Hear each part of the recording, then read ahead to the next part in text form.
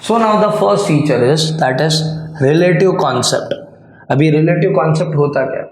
हम लोगों ने पढ़ा कि यूटिलिटी एक want satisfying power of commodity होती है, और ये वांट सेटिस्फाइंग पावर है ना, डिपेंड होता है अलग अलग चीज़ों पे, और जो कॉन्सेप्ट दूसरी चीज़ों के ऊपर डिपेंड होता है उसको रिलेटिव कॉन्सेप्ट होता है।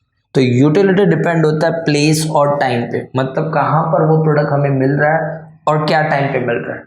तो आज अगर यूटिलिटी प्लेस और टाइम के ऊपर डिपेंड होगा तो उसको हम रिलेटिव कॉन्सेप्ट बोलेंगे, बिकॉज रिलेटिव कॉन्सेप्ट का मतलब तो जो चीज़ दूसरों के ऊपर डिपेंड होती है। तो बट ऑब्वियस यूटिलिटी एक रिलेटिव कॉन्सेप्ट है। कैसे देखते हैं एग्जाम्पल के थ्रू। वुलन क्लॉथ जो हम लोगों को अवेलेबल होता है सोसाइटी के अंदर, ये वुलन क्लॉथ की यूटिलिटी ज़्यादा किधर होगी? विंटर में। बट ऑब्वियस अगर समर में हमको वुलन क्लॉथ कोई प्रोवाइड करेगा तो वो टाइम पे उसकी यूटिलिटी उतनी नहीं होगी जितना विंटर में होगी। In a same manner woollen cloth है more utility in Kashmir. But obvious है आज अगर मैं वुलन क्लॉथ को पहन के राजस्थान या फिर मैं बॉम्बे में हूँ तो फिर मुझे उतना यूटिलिटी नहीं मिलेगा जितना यूटिलिटी मुझे कश्मीर में मिलता है।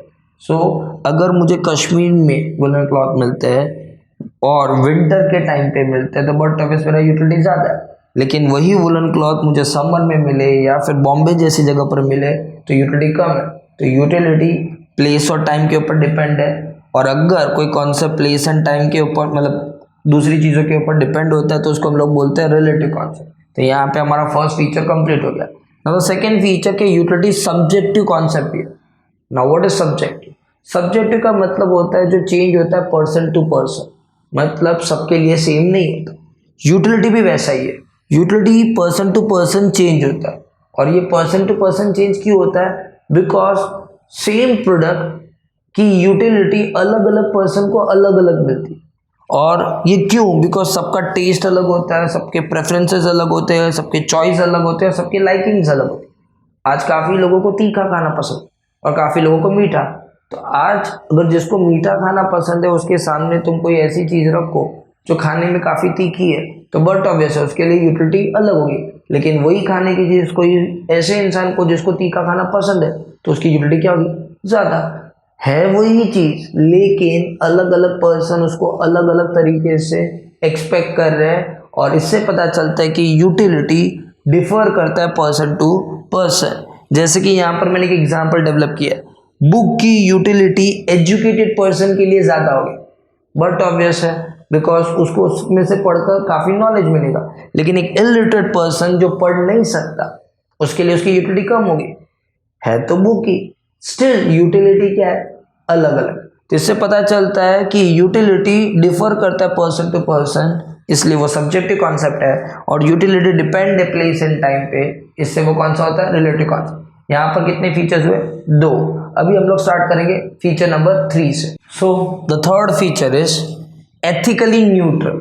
हम लोगों ने 2 फीचर कंप्लीट कर दिए, अभी थर्ड फीचर पढ़ रहे हैं, ethically neutral. What is ethically neutral? Students, आपको स्कूल लेवल पे सिखाया जाता है कि कौन सी आदतें अच्छी और कौन सी आदतें बुरी है। आपको स्कूल में बताते थे कि खाने के पहले हाथ धोना, खाने के बाद हाथ धोना, इसको हम लोग मॉरल साइंस बोलते हैं। इवन उसको एथिक्स बोलते हैं कि सोसाइटी के अंदर आप रहते हो तो कैसे रहो।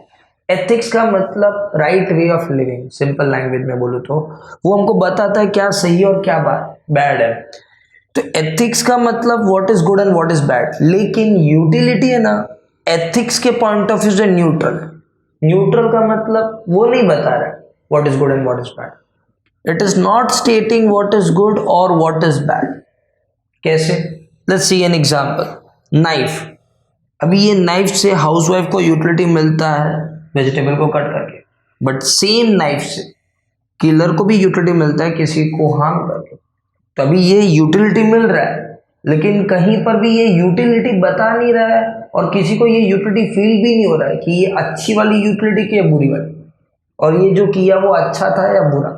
सो यूटिलिटी एथिक्स के पॉइंट ऑफ व्यू से न्यूट्रल है। यूटिलिटी बस बोलता है कि इसके अंदर सेटिस्फैक्शन पावर है, वो ये नहीं बोलता है कि ये यूटिलिटी एज अ कॉन्सेप्ट अच्छा है या बुरा।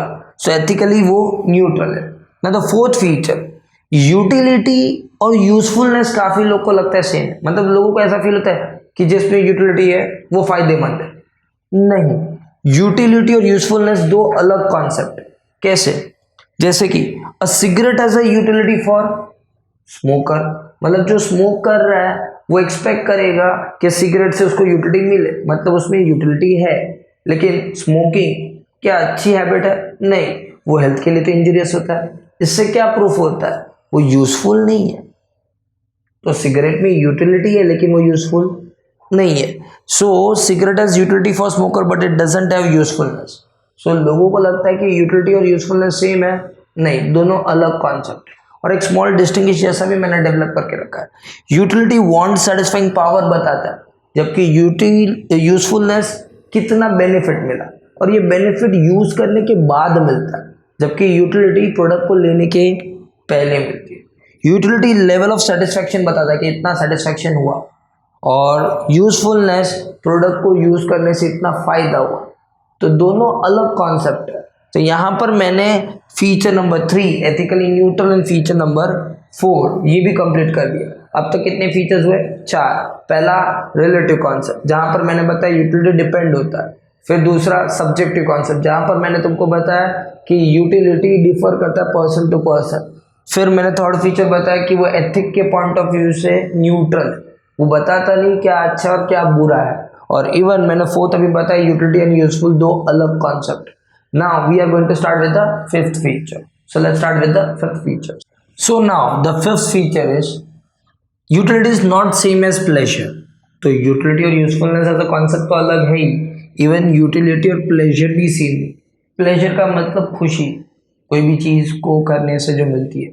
तो लोगों को ये भी लगता है कि यूटिलिटी और प्लेजर ये कॉन्सेप्ट दोनों सेम है, लेकिन इन दो कॉन्सेप्ट में भी फ़र्क है। अभी क्या फ़र्क है? एग्जाम्पल मैंने बताया, इंजेक्शन। अभी जो पर्सन बीमार है, अगर उसको ठीक होना है तो बट ऑब्वियस है डॉक्टर उसको जो इंजेक्शन देगा उससे वो ठीक हो जाएगा। तो उसको ठीक होना तब वो उसकी वांट थी। इंजेक्शन एक कमोडिटी है और ये कमोडिटी उसकी वांट को सेटिस्फाई कर रही है। सो डेफिनेटली उसके अंदर क्या है? यूटिलिटी है। मतलब इंजेक्शन से पेशेंट को यूटिलिटी मिलता है, लेकिन इंजेक्शन खाने में मज़ा नहीं आता। इससे क्या पता चलता है कि यूटिलिटी और प्लेजर भी एज अ कॉन्सेप्ट दोनों अलग है, ये भी दोनों सेम नहीं है। सो यहाँ पर मैंने फिफ्थ फीचर को कंप्लीट किया। Sixth feature, utility differs from satisfaction. Utility और सेटिस्फैक्शन एज अ कॉन्सेप्ट भी सेम है। तो अभी बोलो कि सर आपने तो बोला था कि सेटिस्फैक्शन ही होता है यूटिलिटी, नहीं, दोनों अलग कॉन्सेप्ट है। यूटिलिटी का मतलब मैंने जैसे बताया था एक्सपेक्टेड सेटिस्फैक्शन, या फिर एक्सपेक्टेड की जगह पे काफी जगह पे वर्ड लिखते हैं एंटीसिपेटेड सेटिस्फैक्शन। प्रोडक्ट को लेने के पहले जो एक्सपेक्ट करते हैं वो वाले सेटिस्फैक्शन को यूटिलिटी बोलते हैं। तो ये सेटिस्फैक्शन कौन सा है? एक्चुअल, प्रोडक्ट को लेने के बाद। जब भी वो लोग खाली सेटिस्फैक्शन लिखते हैं it means they are talking about actual satisfaction. तो यूटिलिटी और सेटिस्फैक्शन दो अलग कॉन्सेप्ट है। यूटिलिटी एंटीसिपेटेड या एक्सपेक्टेड सेटिस्फैक्शन है, satisfaction means they are talking about actual satisfaction. अभी ये दोनों अलग कैसे, वो भी मैंने बताया। एक्सपेक्टेड सेटिस्फैक्शन का मतलब जो हम कमोडिटी से एक्सपेक्ट करते हैं, वांट सेटिस्फाइंग पावर, उसको हम लोग यूटिलिटी बोलते हैं। बट जब भी हम लोग बोलते हैं सेटिस्फैक्शन, मतलब फीलिंग ऑफ हैप्पीनेस रियलाइज्ड, जो हमें खुशी मिलती है कोई चीज को कंज्यूम करने के बाद, उसको बोला जाता है सेटिस्फैक्शन। तो यहाँ पर ये वांट सेटिस्फाइंग पावर है जो प्रोडक्ट को लेने के पहले हम लोग जो करते हैं, और ये प्रोडक्ट को कंज्यूम करने के बाद का हैप्पीनेस है। सेकेंड, ये कमोडिटी से रिलेटेड है, मतलब हम कमोडिटी से एक्सपेक्ट करते हैं यूटिलिटी, जबकि ये तो एक्सपीरियंस है, कमोडिटी से नहीं, पर्सन से रिलेटेड है कि पर्सन को वो चीज कंज्यूम करके कैसा फील हो।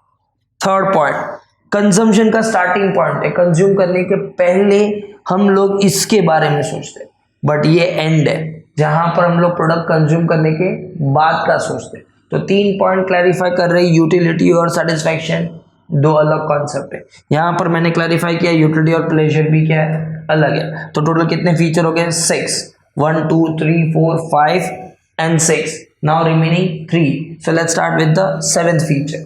Now the feature number 7 is utility is not easily measurable. Easily measurable का सिंपल मतलब है कि हम उसे आसानी से मेजर नहीं कर पाते। क्यों? यूटिलिटी एक साइकोलॉजिकल कॉन्सेप्ट है। साइकोलॉजिकल कॉन्सेप्ट मतलब वो दिमाग के अंदर होता है, मैंने आपको पहले सिखाया कि यूटिलिटी मतलब जो हम एक्सपेक्ट करते हैं प्रोडक्ट से, और ये एक्सपेक्टेशन कहाँ पर होते हैं? दिमाग के अंदर। सो एक साइकोलॉजिकल कॉन्सेप्ट है, दिमाग के अंदर है, इसीलिए हम उसको देख भी नहीं सकते, इनविजिबल है, और उसको फील या टच भी नहीं कर सकते, मतलब इनटेंजिबल है। साइकोलॉजिकल कॉन्सेप्ट है, इनविजिबल है, इनटेंजिबल है, इसीलिए इसको नंबर्स में बताना पॉसिबल नहीं है, बिकॉज साइंस ने अब तक कुछ ऐसा मेथड डेवलप नहीं किया कि हम लोग इस चीज को नंबर में बता सके। सो अगर हम लोग नंबर में नहीं बता सकते, मतलब कार्डिनल मेजरमेंट पॉसिबल नहीं है। नंबर वाला मेजरमेंट को कार्डिनल मेजरमेंट बोला जाता है, तो यूटिलिटी को कार्डिनल नंबर में बताना पॉसिबल नहीं है। तो ये मेथड से तो हम मेजर नहीं कर सकते, लेकिन एक मेथड है जिसको बोलते हैं ऑर्डिनल मेजरमेंट, उसमें वो पॉसिबल। अभी ऑर्डिनल मेजरमेंट क्या होता है? ऑर्डर में पुटअप करना। जैसे कि सोचो कि मैं आपको 5-6 चीजें खाने की देता हूँ, और ये खाने की चीजों को देखकर क्या आप ऑर्डर में उसको लगा सकते हो कि किस में आपको सबसे ज्यादा मिलेगा और किस में आपको कम? यस, बट ऑब्वियसली इतना तो इजी है कि अगर मैं 3-4 चीजें खाने की देखूँ तो मुझे कौन सी चीज पहले खानी है और कौन सी चीज बाद में खानी है, ये ऑर्डर में मैं सेट कर सकता हूँ। इस तरह का मेजरमेंट बोला जाता है ऑर्डिनल मेजरमेंट, जहां पर हम लोग रैंक करते हैं कि फर्स्ट रैंक इसको दूंगा, सेकंड रैंक इसको दूंगा, थर्ड रैंक इसको दूंगा। उस तरह का मेजरमेंट पॉसिबल है, लेकिन ये मेजरमेंट एक्चुअल लेवल पे देखा जाए तो परफेक्ट मेजरमेंट नहीं है। इसीलिए इन लोगों ने लिखा कि यूटिलिटी मेजरेबल है बट इजीली नहीं।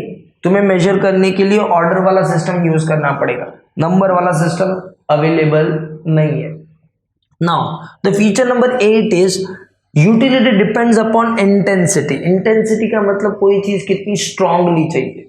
So it depends upon intensity of want. Intensity लिखूं वर्ड या फिर मैं वर्ड लिखूं urgency, that also means the same. जो चीज तुम्हें ज्यादा अर्जेंट होगी उसमें यूटिलिटी बहुत ऑब्वियस ज्यादा होगी, और जो चीज तुम्हें उतनी अर्जेंटली नहीं रिक्वायर्ड है उसमें तुम्हें यूटिलिटी क्या मिलेगा? कम मिलेगा।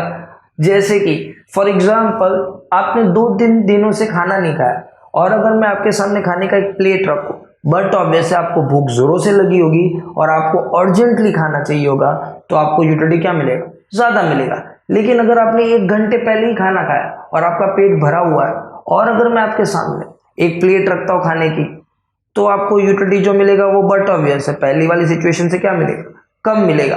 तो यहाँ पर क्या पता चलता है कि यूटिलिटी इंटेंसिटी के ऊपर डिपेंड है, और उसके पहले मैंने बताया वो इजीली मेजरेबल नहीं। तो 7th फीचर बताता है utility is not easily measurable.